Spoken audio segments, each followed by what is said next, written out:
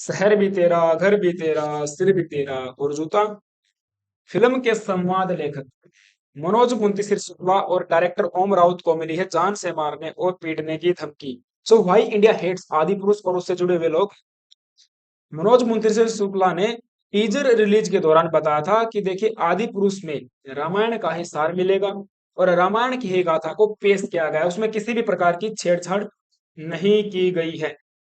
भगवान श्री राम के कथानक की कहानी है और हम उसी की बात करते हैं। हालांकि देखिए उनके कथन और आदि पुरुष के कथानक में कितना अंतर है, ये तो जनता ने फिल्म रिलीज होने के बाद साफ साफ देख लिया है। आज न्यूट्रलिटी को छोड़ के मैं पर्सनल विचारों के आधार पर इसका विश्लेषण करने वाला हूं। तो इसीलिए जनता इनको पीटने के लिए ढूंढ रही है और इनको जान से मारने की धमकियां मिल रही हैं। हालांकि किसी भी प्रकार का वॉयलेंट थ्रेट किसी भी तरीके से एक्सेप्टेबल नहीं है, हम इस चीज की कड़ी निंदा करते हैं। तो यहाँ पे करणी सेना का आपने नाम अवश्य सुना होगा, क्षत्रिय करणी सेना। उनको इन्हीं की भाषा में, इन्हीं की टोन में, इन्हीं की लैंग्वेज में जवाब दिया गया है। जैसा कि इनका एक कंट्रोवर्शियल डायलॉग था कि जलेगी तेरी बाप वाला, ये बहुत ही बेकार और भद्दा मजाक मेरे को लगा। इन्होंने इन्हीं की भाषा में क्षत्रिय सेना ने लिखा है कि शहर भी तेरा, घर भी तेरा, सर भी तेरा और जूता रहेगा क्षत्रिय करणी सेना का। The groups member said in a threat similar to the film's dialogue। Manoj Muntashir Shukla की अगर मैं बात करूं तो हिंदी के अच्छे लेखक के रूप में मैं इनको जानता था। और अगर देखा जाए जब इनकी कविताएं पढ़ते हैं, इनके गीत पढ़ते हैं और इनको सुनते तो लगता था कि हाँ, हिंदी उर्दू साहित्य को बचाने के लिए नए युवा पीढ़ी के लेखक सामने आ रहे हैं। हमारी सनातनी परंपरा, हमारी विचारधारा, हमारी कल्चर, हमारी संस्कृति को बचाने के लिए नए लोग सामने आ रहे हैं। लेकिन अब इस फिल्म के डायलॉग्स और वगैरह वगैरह ये सब देख के थोड़ा सा मन उदास है और व्यथित भी है। वास्तविकता अगर कहूं तो उल्टी करने का मन कर रहा है। आदि पुरुष के डायरेक्टर डायरेक्टर को ढूंढो और मारो। क्योंकि देखिए ये लक्ष्मण कम और सस्ते अभिषेक बच्चन ज्यादा लग रहे हैं। राइट, तो ऐसा बोला गया है करणी सेना के राष्ट्रीय अध्यक्ष राज शेखावत के द्वारा। राष्ट्रीय अध्यक्ष राज शेखावत इन्होंने एक प्रेस कॉन्फ्रेंस और एक वीडियो रिलीज के दौरान बोला है कि देखिए जो क्षत्रिय करणी सेना है 22 राज्यों के अंदर फैली हुई है, मुंबई में भी एक्टिव है। हमने वहां पर भी डायरेक्शन दे दिया है कि जहां कहीं भी ये डायरेक्टर और राइटर दिखेंगे वहीं उनको मारेंगे। सेना के सदस्य दोनों की तलाश कर रहे हैं। राज शेखावत, राष्ट्रीय करणी सेना। तो लोगों में इनके प्रति जो गुस्सा है, जो नफरत है और ये जो चीजें सामने आ रही हैं, उसका रीजन, उसका कारण ये स्वयं ही है। अपने स्वयं के पैरों पर कुल्हाड़ी इन्होंने स्वयं मारी है। अगर आप देखोगे फिल्म के अंदर कास्टिंग की बात कर लीजिए, डायलॉग की बात कर लीजिए, डायलॉग डिलीवरी की बात कर लीजिए, संवाद शैली और ये जो कथानक है, स्टोरी लाइन है, वीएफएक्स है, सीजीआई, सबका गला घोट के मृत्यु कर दी गई है। कुछ भी चीज यहाँ पे प्रशंसनीय नहीं है। कोई एक भी पॉइंट मेरे को प्रशंसनीय इसके अंदर नहीं लगा कि ये चीज तो प्रशंसनीय है। 600 करोड़ रुपए के अंदर बनी हुई फिल्म, उसमें से 110 करोड़ रुपए तो प्रभास ही ले गया और बाकी वीएफएक्स पे इतना खर्चा किया गया है तो 600 करोड़ तो लगना लाजमी था।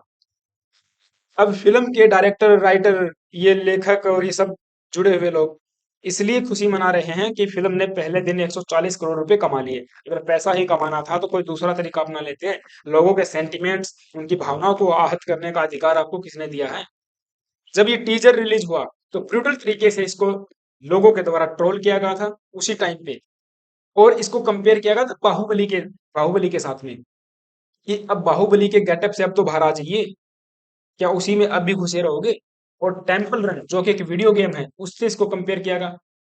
पोगो चैनल के कार्टून्स के साथ में इसको कंपेयर किया जाता है।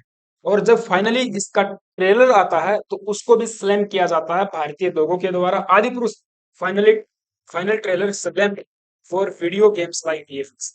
जो वीएफएक्स इसके अंदर यूज किया गया है उसके अंदर वीडियो गेम्स के अलावा कुछ भी नजर नहीं आता है। Prabhas trolled for making no efforts as a low drama. अरे पर इफोर्ट्स कैसे लगाएंगे? उनका तो केवल ये चेहरा चेहरा यूज किया गया है, पूरी फिल्म में फिजिकली कहीं पर भी प्रेजेंट नहीं है। जब फाइनल फिल्म रिलीज हो जाती है तो बाइकआउट का ट्रेंड स्टार्ट हो जाता है ट्विटर के ऊपर और दूसरे सोशल मीडिया के ऊपर। ये केवल भारत में ही नहीं, नेपाल में भी इसका प्रचलन देखने को मिलता है। काठमांडू और दूसरे और शहरों में आदि पुरुष के साथ साथ सभी भारतीय फिल्मों को ही बैन कर दिया जाता है। बेड़ा गर्क। ऑल इंडियन फिल्म्स अमाइड आदि पुरुष डायलॉग, सभी को ही बैन कर दिया जाता है। और दूसरे और शहरों में भी इसको बैन करने की बात की जा रही है। और इसी चीज को लेकर भारत के अंदर भी जो इस चीज का विरोध कर रहे हैं, नेशन वाइड बैन करने की बात की जा रही है, because it is alleging conspiracy against Sanatan dharma. बताया जाता है कि हमारी सोसाइटी के ऊपर इसका बहुत ही ज्यादा गहरा और गलत इम्पैक्ट पड़ने वाला है। हम हमारे भगवान, हमारे जो आदर्श पुरुष हैं, उनको किस प्रकार से रिप्रेजेंट करते हैं, ये बहुत ही खतरनाक बात है, बहुत ज्यादा खतरनाक। आने वाली पीढ़ियां क्या याद रखेंगी, हम आने वाली पीढ़ियों को क्या बताएंगे। हमारी अब दादी नानी के ऊपर आरोप थोप दिए जाते हैं, अरे एक शर्म करो, थोड़ी बहुत तो शर्म करो। मनोज मुंतशिर शुक्ला कहते हैं कि मेरी दादी ने मुझे बताया था, मेरी नानी ने मुझे बताया था, उनको उनको मरे हुए 20-20 साल हो गए हैं, उनको क्यों दोष देते हो। किसी की दादी नानी, हमारे भी दादी नानी है, किसी ने हमको तो ऐसा कुछ भी नहीं बताया कि हनुमान जी ऐसे बोलते थे, श्री राम जी का गेटअप ऐसा हुआ करता था। रोमांस की बात करें, प्रेम था उनके बीच में, रोमांस नहीं था। जो रोमांस फिल्म में दिखाया गया है वो बहुत ही गलत तरीके से दिखाया गया है। राइट। तो ये बहुत चीजें चल रही हैं। और दूसरा, यहाँ पे इस फिल्म के दौरान इसको जो बायकॉट या फिर इसको करने की बात की चल रही है ना, तो ऐसा नहीं है केवल सोशल मीडिया के ऊपर ही ये चीजें चल रही है। इसके लिए दिल्ली हाई कोर्ट में पीआईएल भी फाइल की गई है हिंदू सेना के द्वारा, और दूसरे लोगों के द्वारा भी पीआईएल दूसरे दूसरे कोर्ट्स में फाइल की गई है। तो देखिए, अगर हम बात करते हैं डायलॉग्स की, तो बहुत बेहतरीन तरीके से घटिया डायलॉग लिखे गए हैं, इसमें कोई भी संशय नहीं है। मनोज मुंतशिर शुक्ला कहते हैं कि 4000 पंक्तियों में से आपको केवल ये 4-5 पंक्तियां ही बुरी लगी। अरे देखिए, आप 100 अच्छे काम कर लीजिए, एक बुरा काम, छोटे से छोटा बुरा काम इन 100 अच्छे कामों को ढक देता है, इनके ऊपर पर्दा डाल देता है। और ये कहावत को चरितार्थ किया है मनोज मुंतशिर शुक्ला ने। हमारे पूर्वज ये कहावत कह गए थे, तो इसका मतलब ये नहीं है कि उन्होंने एवे ही ऐसे बोल दिया और कह दिया, नहीं, उस चीज को इम्प्लीमेंट किया, जीवन में क्रियान्वित किया, और तब जाके ये वाली कहावत आती है कि 100 जो भैंस होती है, उनमें से अगर एक भैंस खराब है तो उन 100 को भी खराब कर देती है। और यही कहानी आपके साथ हुई है। ये क्या है, ये मतलब जब सच में वास्तविकता में गुस्सा भी आता है। और ये फिल्म देखने के बाद, ये फिल्म केवल इसीलिए देखी कि इसका मैं रिव्यू कर पाऊं, वरना देखने का मन बिल्कुल भी नहीं था। आप देखिए, 3 के 3 घंटे, अगर आप में से किसी ने देखी है तो 3 के 3 घंटे अंधेरे में ही गुजर जाती है। सोने की लंका को कोयले की लंका बना दिया है। हनुमान जी का गेटअप आप देखोगे तो एक, छोड़िए उस चीज को, और रावण, अरे वो एक प्रचंड विद्वान था, भगवान शिव का वो भगत था। उसने अपनी शक्ति से, अपनी भक्ति से ऐसी विद्या को प्राप्त कर लिया था कि 3 लोक और 14 भवन उसके नाम से कांपा करते थे। हवा, जो कि आज हवा चलती है ना, बताया जाता शास्त्रों में कि उनके यहाँ छड़ी उगाने का काम करती थी। जो बेमाता होती है, जो कि इंसान का भाग्य लिखने का काम करती है, वो इनके यहाँ चक्की पीसने का काम करती थी। शनि महाराज, जो कि न्याय का प्रतीक है, न्याय का देवता है, वो इनके यहाँ कुएं के अंदर कुत्ता लटका के रखा हुआ था। बहुत सारे देवी देवताओं को उसने अपने बस में रखा हुआ, अपनी भक्ति और शक्ति की वजह से। लेकिन ये अधर्म पर चला, असत्य का साथ दिया, इसीलिए भगवान शिव ने, भगवान हनुमान जी के रूप में अपना अवतार लिया और इनके सर्वनाश का कारण बने।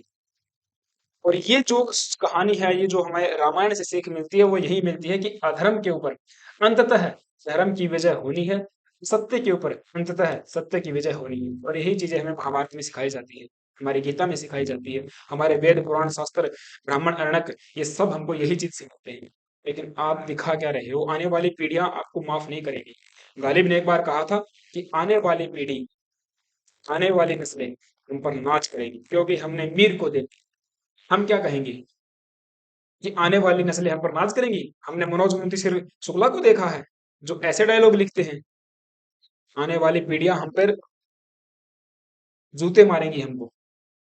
खैर, और दूसरी चीजें बात करते हैं, जैसे कि वीएफएक्स वगैरह की, एक्टिंग वगैरह की, तो VFX, story telling, story casting, ये acting, dialogue delivery, CGI animation, directing, सब कुछ बकवास तरीके से है, बिल्कुल भी अच्छा नहीं है, सब कुछ घटिया है, मुझे तो सब कुछ घटिया लगा।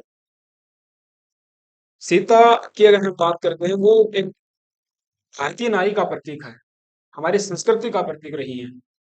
उनको जिस प्रकार से दिखाया गया है, डरा हुआ, एकदम से बिल्कुल ही आप लगा लीजिए मैं उसका इंटरप्रिटेशन ही नहीं कर पा रहा हूँ। हनुमान जी को डरा हुआ दिखाया गया है। हनुमान जी पूरी फिल्म में अगर आप देखोगे बिल्कुल डरे सहमे, नादान, ऐसे लगते हैं कि वो डरे हुए हैं। कहीं पर भी उनके चेहरे पर वो साहस, वो तेज, वो उत्साह नहीं है जो कि हनुमान जी के चेहरे पर होता है।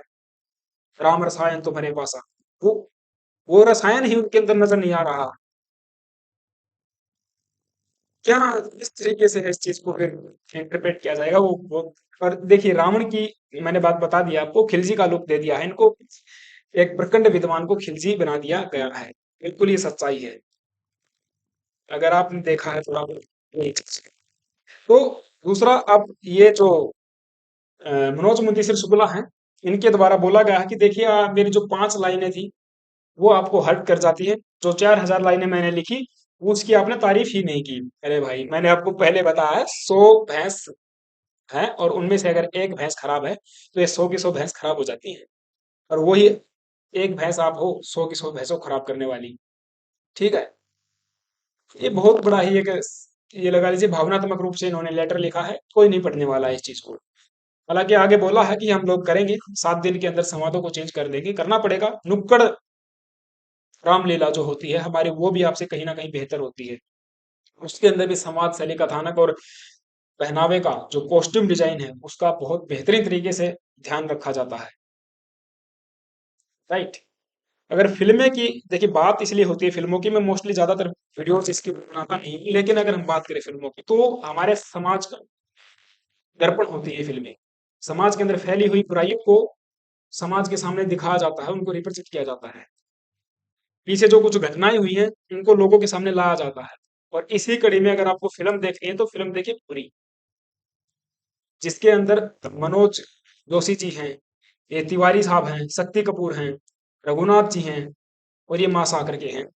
इतनी जबरदस्त तरीके से अगर आपको एक्टिंग देखनी है, अगर आपको स्टोरी लाइन देखनी है, अगर आपको कास्टिंग देखनी है और अगर आपको मेकअप वगैरह, मतलब एक प्रकार से फिल्म के अंदर जो चीजें होनी चाहिए, एक नाटक के अंदर जो चीजें होनी चाहिए, जो तत्व बताए जाते हैं एक फिल्म के, एक नाटक के, वो सब कुछ इसके अंदर देखने को मिलेंगे। और समाज के अंदर एक बहुत ही बुराई, बहुत बड़ी बुराई फैली हुई थी, उसके ऊपर बनी हुई फिल्म है।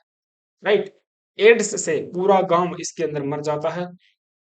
जो औरतें गांव की होती हैं वो यहाँ पे जीते जी विधवा हो जाती हैं, इनके पति के जीते जी विधवा हो जाती हैं।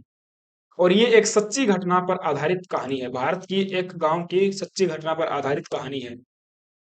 तो ये इस प्रकार से हम कह सकते हैं कि फिल्में अच्छी तरीके से बनानी चाहिए, इसके समाज के ऊपर इम्पैक्ट होता है, हमारे आने वाली नस्लों के ऊपर इसका इम्पैक्ट होता है। राइट। तो ये लेक्चर था, आई होप कि आपको चीजें समझ में आई होंगी। आप मुझसे कितना सहमत है मुझे कमेंट बॉक्स में आप बता सकते हैं, कमेंट बॉक्स बिल्कुल खुला है, थोड़ा सा सभ्य होके आप करोगे तो आपका वेलकम होगा। राइट। तो thank you guys, have a nice day, stay tuned and stay with us. जय हिंद।